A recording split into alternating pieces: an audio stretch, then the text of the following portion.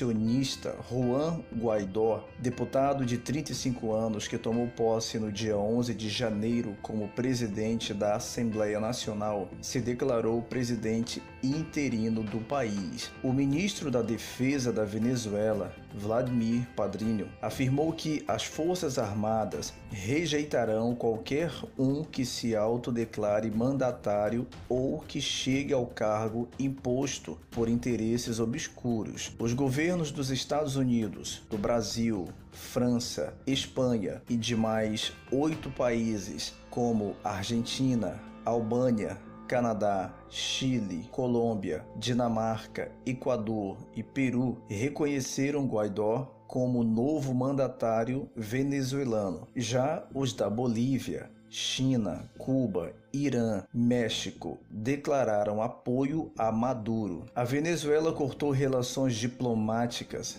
com os Estados Unidos e determinou que funcionários americanos deixem o país. O presidente americano Donald Trump já disse que uma intervenção militar na Venezuela não está descartada. Segundo a ONU, é preciso que haja diálogo no país para evitar um desastre. A crise venezuelana não começou agora. A fome fez os venezuelanos perderem em média 11 quilos no ano passado. A violência esvazia as ruas das grandes cidades quando anoitece, e a situação provocou um êxodo em massa para países vizinhos. Segundo uma reportagem da BBC News, eles relataram a situação de corpos que explodem nos necrotérios pela falta de eletricidade para refrigeração. A situação foi explorada também na campanha eleitoral brasileira. Candidatos e eleitores de oposição ao Partido dos Trabalhadores, que historicamente apoiou os governos de Hugo Chávez e Nicolás Maduro, tentaram usar o fracasso venezuelano como alerta do que poderia ocorrer no Brasil com a eleição de Fernando Haddad. Os petistas, por sua vez, lembraram que Chávez era um militar e é com apoio e participação direta das Forças Armadas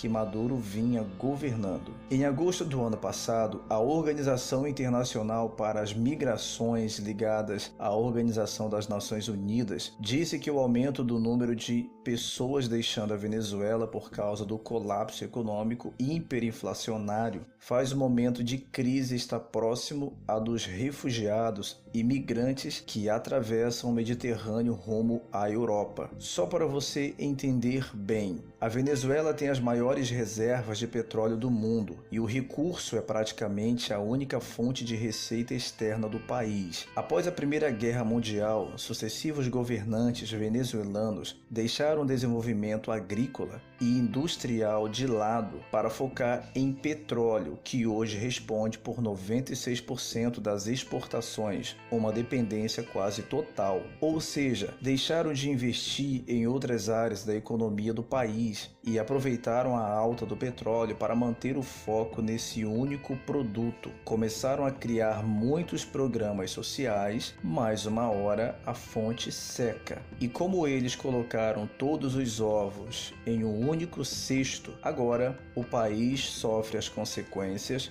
com uma economia quebrada. O Brasil estava seguindo pelo mesmo caminho. Mas, segundo Maduro, a Venezuela não é um país onde o povo passa fome. Os Estados Unidos tentam intervir em defesa dos direitos humanos, mas muita polêmica existe em torno disso, pois muitos acreditam que essa intervenção não é pelo bem das pessoas, mas para tomar posse dos produtos naturais do país. Não sabemos ao certo quais as reais intenções, mas no meio de tudo isso existem pessoas que não têm nada a ver com isso e estão pagando caro para ter comida, e muitos estão pagando até com a própria vida por causa da fome. Sabemos que todo esse caos tem sido por causa da má gestão ou interesses próprios dos governantes. O presidente americano disse que todas as cartas estão na mesa, ou seja, muitas opções de combater o governo de Maduro, inclusive inclusive uma possível guerra. Por isso, não podemos esquecer o que Jesus disse: e certamente ouvireis falar de guerras e rumores de guerras. Vede, não vos assusteis, porque é necessário assim acontecer, mas ainda não é o fim, porquanto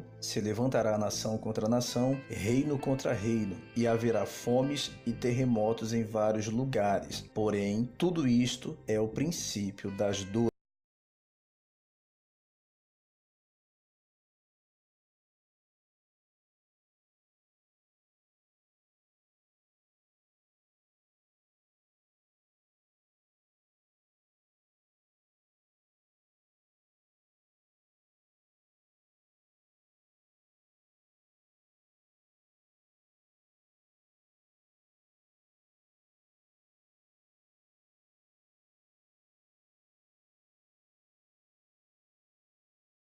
Nos comentários desse vídeo.